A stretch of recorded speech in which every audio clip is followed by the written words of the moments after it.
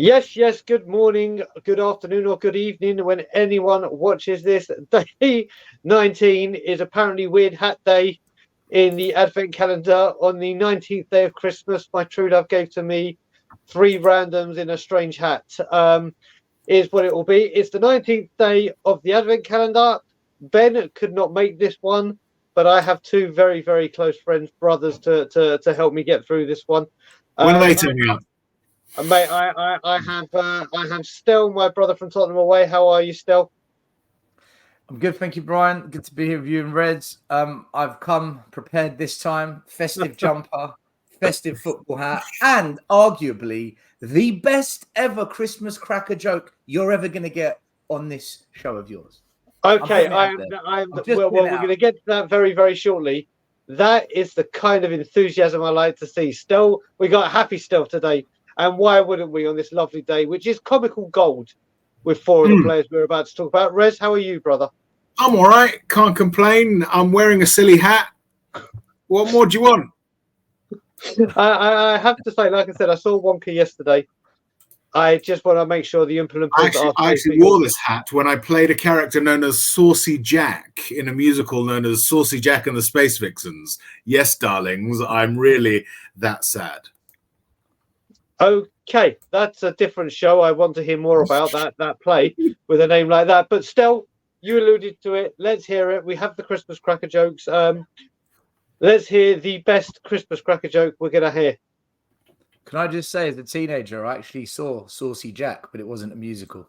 Just thought I'd put it out there. Maybe it was. Maybe it inspired the musical. I'd have to see the musical to see. Christmas cracker joke. Right. So, here we go. Ready? Drum roll. Ooh. What did the school janitor say when he jumped out of the cupboard? I'm going to prison. Supplies!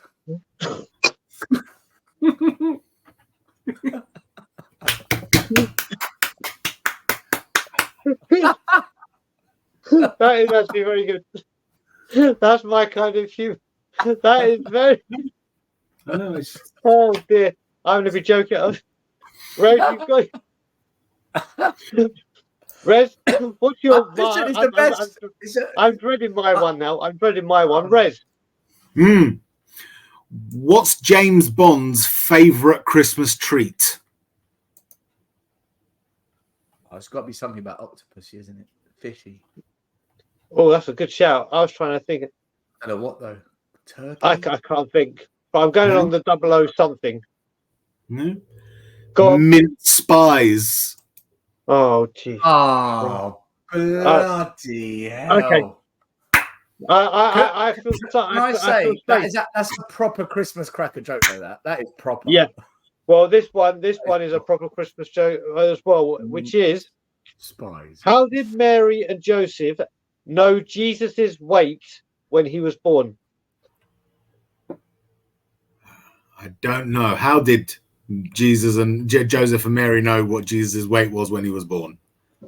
They had a weigh in a manger.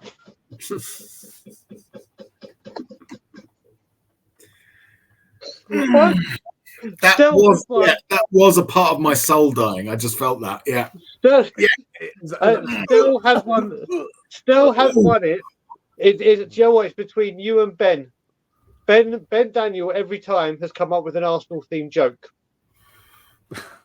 And the best I did as well. The best one he had was what's the difference between a cactus and Arsenal?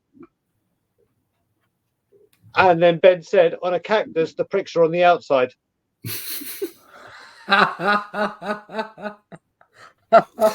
Oh dear God! So that's right up there with Ben's with Stel. But right, here we go.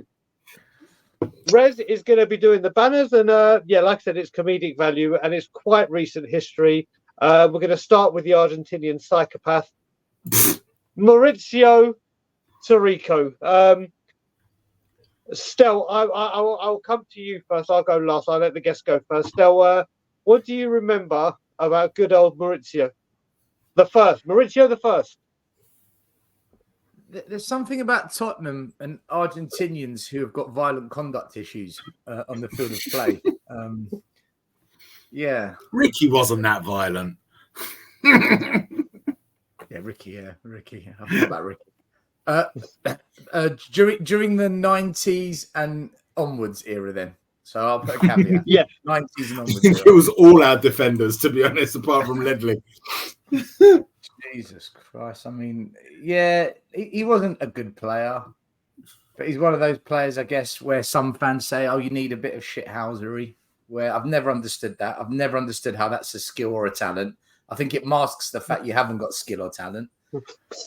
But, yeah, I mean, there were games where he did put one on another player that we just felt good. I mean, if he was playing against Aston Villa and he put one on Matty Cash, we wouldn't have any issues with him. We'd probably say, well done, Maurizio. Good job. Yeah. But in general, let's be honest, he was part of that golden era of absolute nothingness, the 90s, where we achieved nothing. Well, actually, no, we got an FA Cup in 91, I guess, and then a trophy in 99. But in general, the football was dross. We weren't going anywhere. The kits were made by Pony. I mean, what more do you want to say? That sums up Maurizio for me to Rico. Pony, there you go. I do love the way you said the absolute nothingness that is the 90s, and then remembered we won 2 trophies. Yeah. That was stellar. Wonka, I mean REZ. What did you call me? What do you remember about Rico? Nothing apart from the fact that he is the most. I mean, this is going to sound a little bit sort of xenophobic or racist, but he's the least Argentinian-looking Argentine I've ever seen in my life. It's just the hair. You expect your Argentinian footballer to be like this stylish sort of, the clothes horse. Understands style, and this guy barely combed his hair. What the fuck's going on, Maurizio? I mean, I often will say when I see a player with a stupid haircut, like most of the Newcastle squad, I will say when they mess things up, spend a little less time on your appearance and a bit more time on your football. With Maurizio, I think it should have been the opposite. Pay a little less attention to your football and a bit more attention to your appearance. That's all I remember about him. If he had paid a little bit of attention if he paid less attention to his football, exactly what Stelios did, would be even more trouble. Because all I remember is that if you needed to chop someone, do you remember that game against Wolves with Adama Traore and Jose Mourinho sent everyone to the left back position to chop him down and pick up a yellow card? Maurizio would have got a red immediately. Yes. This guy was literally, he would just see something and go on, Stel. I was about to say, he just went nuts, didn't he? I was going to say, Rez has got a point. If you think about Argentinian footballers, Batistuta, Hernan Crespo, Romero, a lot of them, I mean, look, I'm not female, but most females, I guess, if they're into men, they would look at an Argentinian footballer and go, "Whoa!" Right? If you look at Rico to back up theirs, and it's more of a cough. You half expect him when he opens his mouth, right, for a really thick Yorkshire accent to come out. All right, I'm Maurizio Tirico. Well, Maurizio Taylor. This is going to be the most comedic one, and we talk about someone with appearances. We're going to talk about someone who, when I came, thought they were going to be brilliant, but will be remembered for not gaining appearances, but gaining weight. Let's talk Andy Reid, ladies and gentlemen. Oh, my word. Let's talk Andy Reid. Still. So the biggest issue I had with Kappa was that the kits were very tight-fitting. Now, there are certain players this didn't work for. Andy Reid was one of those. If ever you wanted someone not to model a Kappa kit, it was Andy Reid. And in modern day era, we're probably thinking more Ndombele. But Andy Reid was effectively the white Ndombele of Kappa modeling. And I'll leave it there. Rez, you've got something big to live up to here. Andy Reid. I agree with Stel. I probably would have modelled the Kappa kit better than Andy Reid. The thing I remember, that's the weird thing, is that when we got him, we got Andy Reid, and at the same time, we got Michael Dawson as well. Yeah. And Andy Reid was the main draw. Dawson was just a make weight for the deal. And Dawes has ended up being one of our few recent trophy winners, actually, if you think about it as well. Love Dawes. I absolutely love Michael Dawson. He's an absolute lad. I really do. He's proper. Absolutely proper. He never says a bad word about us except against the right people who we know. He's Andy great. Reid. Sorry, Andy Reid is so great that we're now just talking about Michael Dawson because exactly. That's how good. I was just about to say that's how good Andy Reid was. We're talking about Michael Dawson. The weird thing was, though, this is the thing. He did have a fair bit of skill. He was really good on the ball. He's just, I don't know what happened to him. He was, flying at Forest where we got him from. And he turns up at Tottenham. I guess it's another Ndombele. Thought he'd made it and just started eating the pies. Well, you know what? I'm going to buck the trend here because Andy Reid will always hold a special place in my heart because I moved to Israel 2005.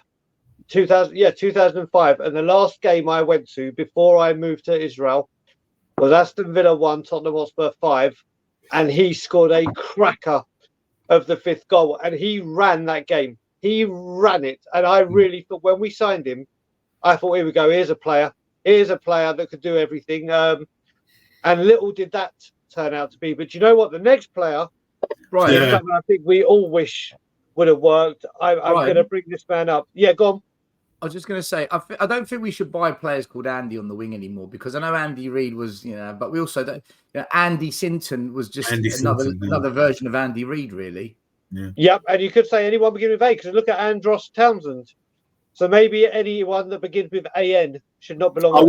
I won't hear a bad word said about Andros Townsend though, because he's really, again, I know it's not about him, but that Palace game where some Palace fan criticised him for not celebrating scoring against us, and he basically put the guy in his place, even though he was a Palace player. He said, the club that I was at for 8, since the age of 8, raised me, educated me, gave me an opportunity to be a professional football player. I'm not going to celebrate against them.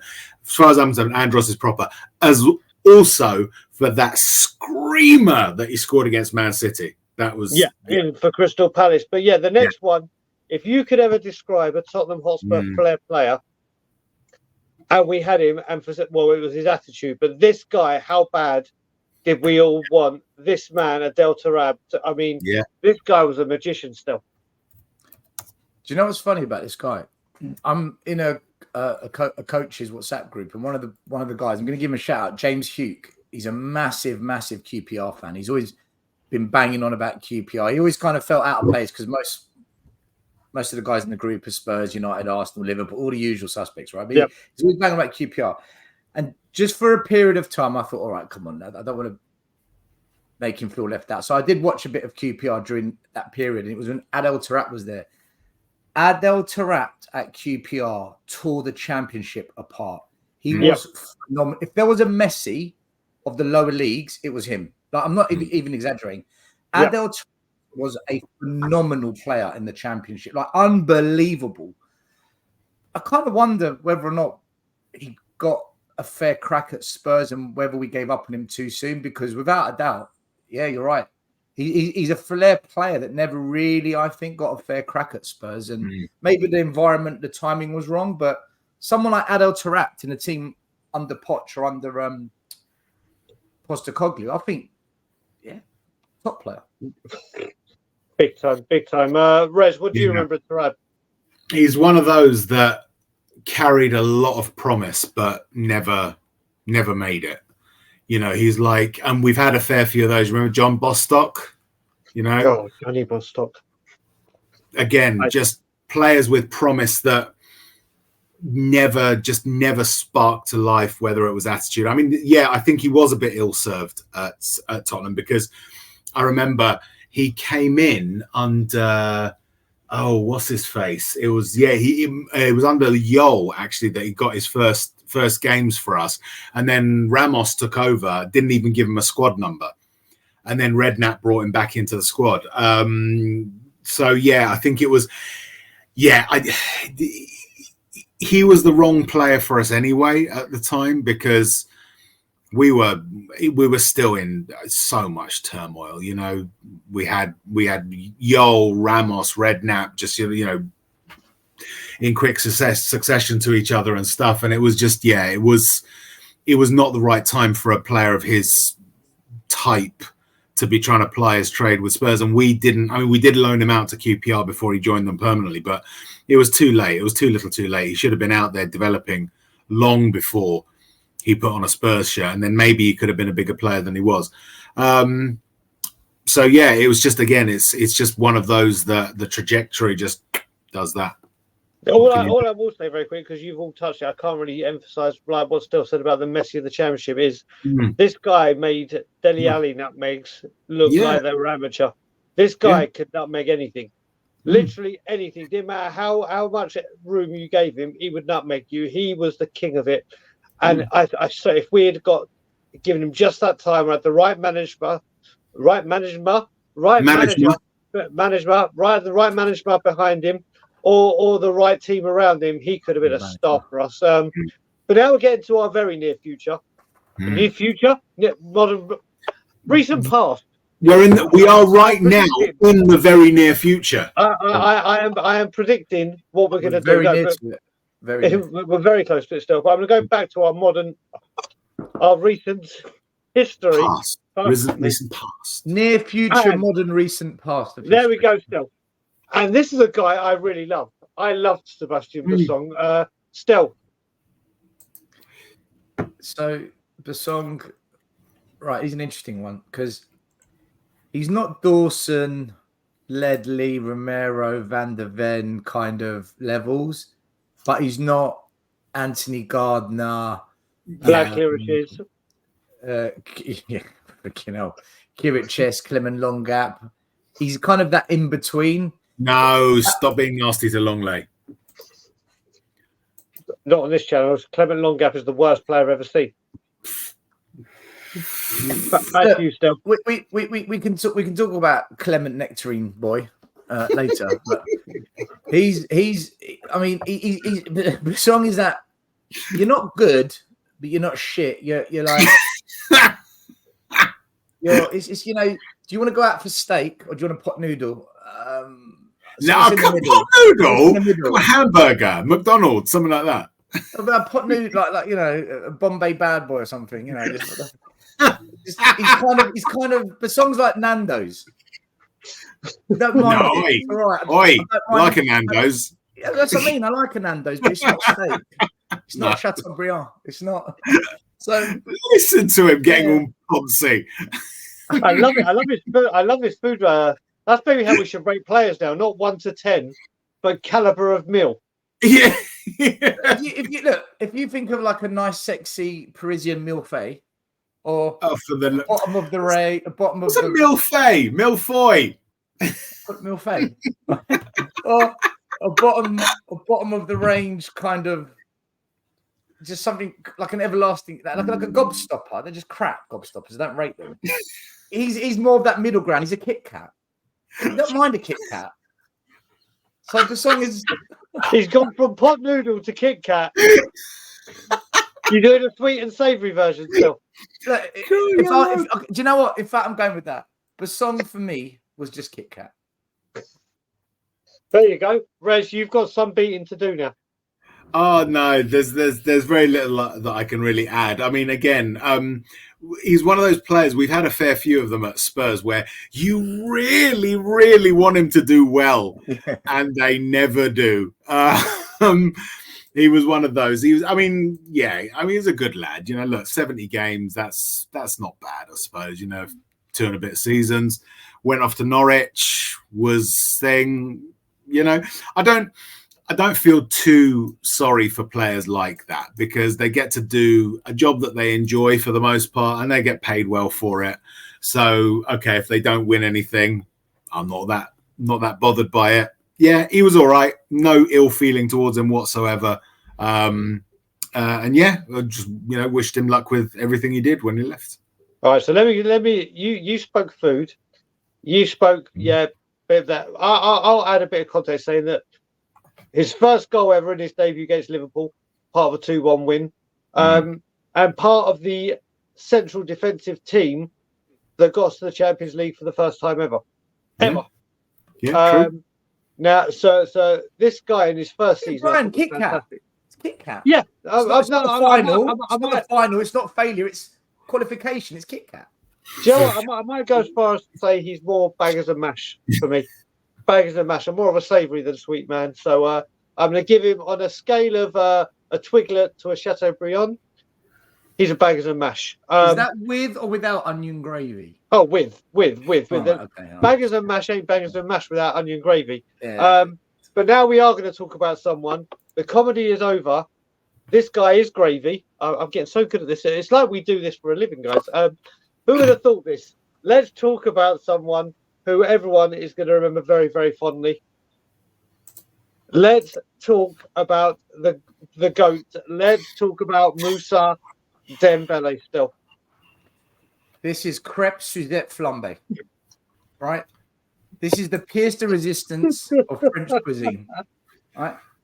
This man graced the turf of White Hart Lane with some of the most majestic, sexy, pornographic football that we could ever ask for. This is a joy to watch. I love Moussa Dembele. He's so good, right, Brian, Rez? He was so good that in the academy, when they teach the kids skills, they teach them the Ronaldo chop, they teach them the Cruyff turn, they teach them this skill, that skill. They name the skill after Dembele, and they teach them the Dembele. The fact he's got a move named after the Dembele that every player that goes for our academy must learn. That's the hallmark of greatness, you know? Yeah. So, look, he bossed the midfield for us. He was pivotal to all the great memories we had under Poch, except for the Champions League final. If we had him in the final, arguably, could we have won it? Maybe so, yes. Maybe. Yeah, just a lot of ifs, whats, and maybes with that. Yeah. It's maybe ups and but he dominated games. He was pivotal to the way we played.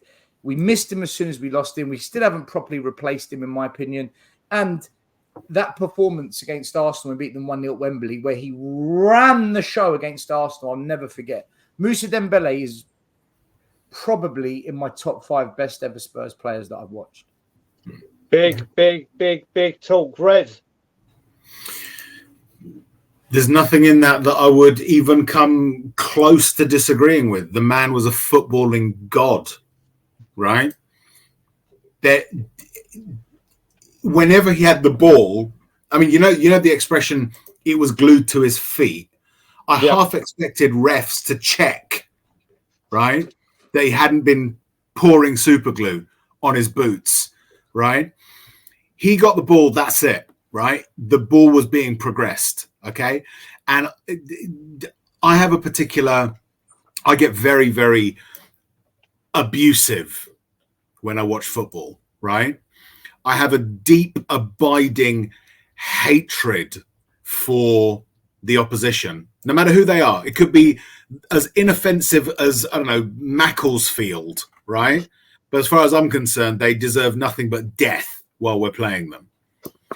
And so whenever he would skin a player, whenever he would embarrass a player, whenever he would say to a player, you are an insect compared to me with his football, that was joy for me, because he really did. He was a giant. He was a giant on the field. And one of the saddest, there are 2 very sad things about his career. One is the fact that he was not taken in hand by the right manager at the right times in his career to become, not just to Spurs fans, but to all football fans, one of those names. And the other was the fact that, towards the end, he was really suffering with the injuries and stuff, and it was blighting his career. And when he left, I was a little bit heartbroken, and again, to be honest, he went off to China, and I even started sort of checking a little bit of sort of Chinese football news just to see if there was any word of him after he went there for a little while.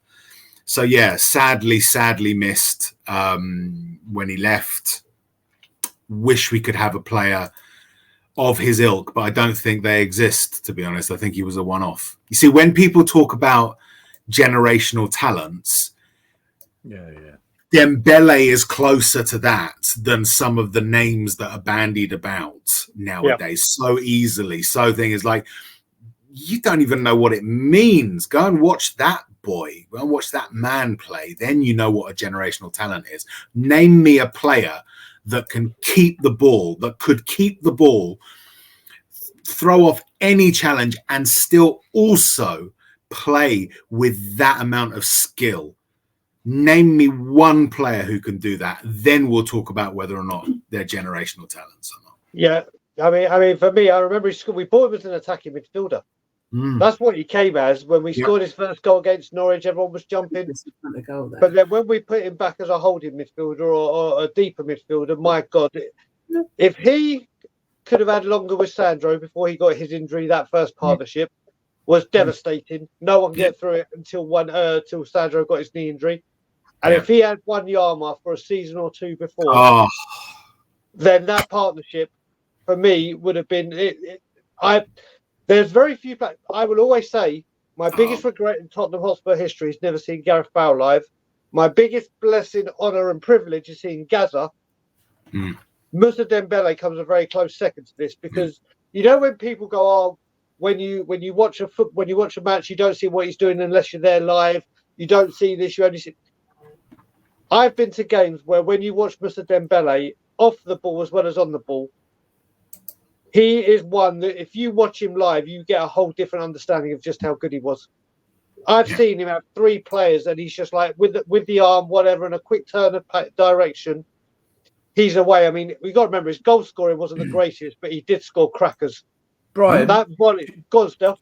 Do you know the for me the only difference between Gascoigne and Dembele is one thing: Gaza consistently popped up with big time goals for Tottenham Hotspur, dramatic FA Cup goals, important league games, that FA Cup semi-final. Like the kids call it clutch. That's the street term now. Clutch. Look at Stel down with the kids. I'm always arguing them over the terminology because it winds me up. Like clutch for me is something you push on the car to change gears, right? Yeah. So I mean, how that relates to a player that scores a big time goal, I don't know. But anyway, it's from clutch moments, basically the moments where you clutch your hands like this. That's where it stems from. That's down with the kids still. At Spurs, I'm used to clutching something else. And exactly. But I won't talk about that. But my butt cheeks together whenever the opposition has the ball until recently. I mean, I used to call that squeaky bum time, but I guess now that's just called clutch as well. Yeah. But I mean, it's rubbish, but yeah, you'd understand why. You know, it's like let me land, bro. We pilots now, don't I? But sorry, I'm going into it. Like Gaza came up with big time goals. Dembele came up with big time performances, but Gaza had performance and goals, even for England. Like Dembele didn't really do it for Belgium. Even for England, Gaza popped up with big time moments. So.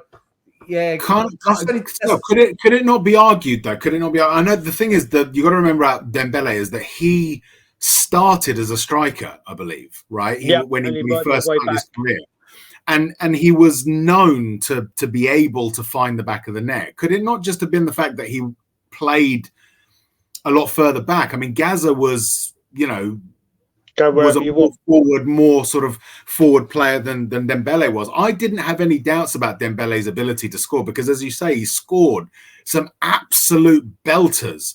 He knew where the net was. I just think it was opportunity and the way they were playing. You don't expect defenders to score, bagfuls of goals. I think it's a little bit of the modern expectation for midfielders to get double-digit goals in a season. I just don't think he was. I don't think he was cut from that cloth. But I just think when you think of players like Gerrard and Lampard and Paul Scholes, they scored goals, right? They came up with goals, and Dembele didn't play too far out of that kind of role. I just think we all agree Dembele was a magnificent player, phenomenal. I just feel the only main difference between him and Gaza. You're right, Gaza probably was in better positions more often, but Gaza delivered for us. He delivered for us. And just one other point as well. Didn't Dembele have Desk in front of him as well? Yes. Was he thinking? And Ericsson in front, didn't he? Yeah, Ericsson. We have Kelly, Sonny, and Kane as well. Sane and Kun. Kane and Did you say? Kane. What did you say? I said Con and Sane rather than Con Kane and and Sane. Son. See you next Tuesday in Kane. All right. Yeah, basically, on that note, I'm going to wrap it up. But the final question I'm going to do before I do wrap it up, I don't know if I'm the only one, but Rez, I think your hat's actually got longer during recording. It does. It is the magical extendable hat. It's very magical. You have to show me how you do that. But still, where can people find you, brother?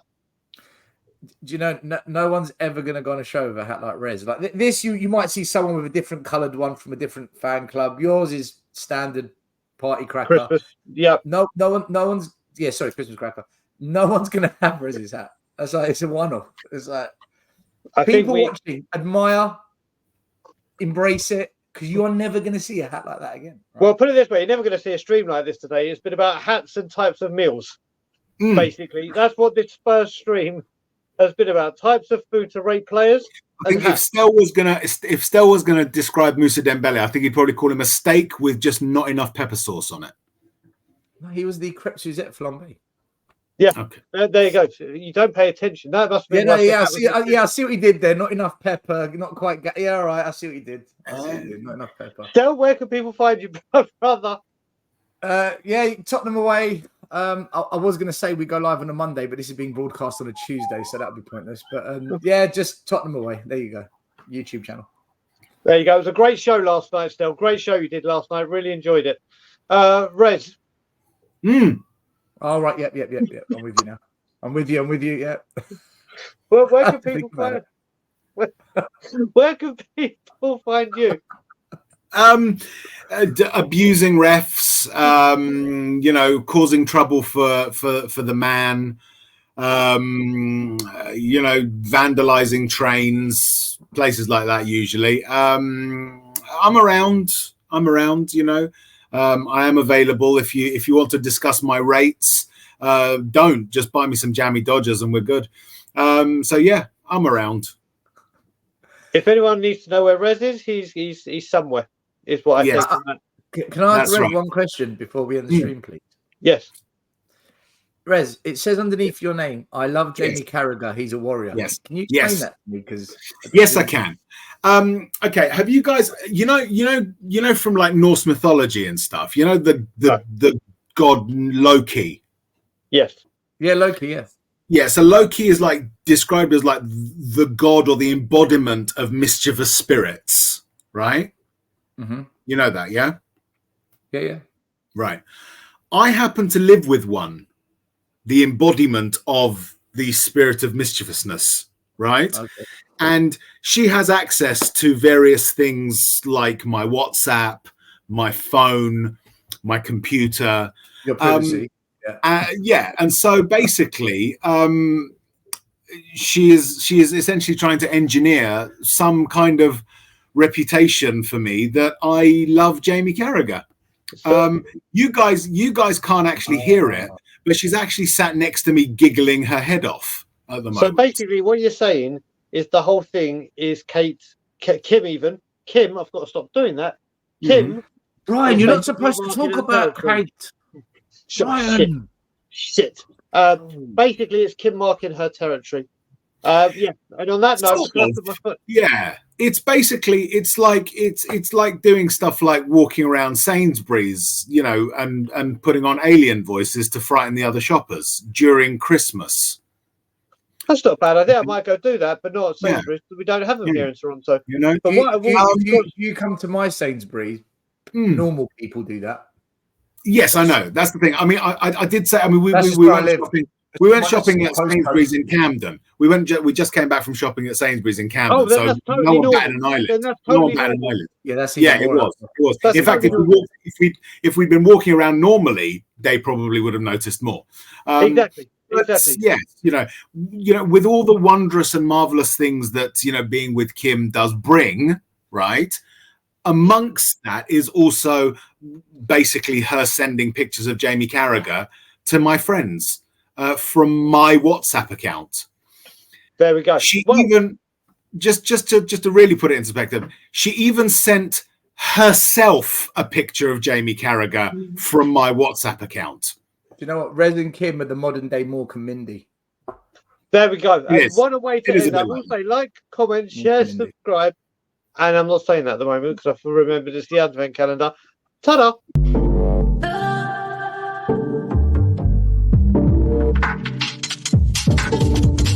Tottenham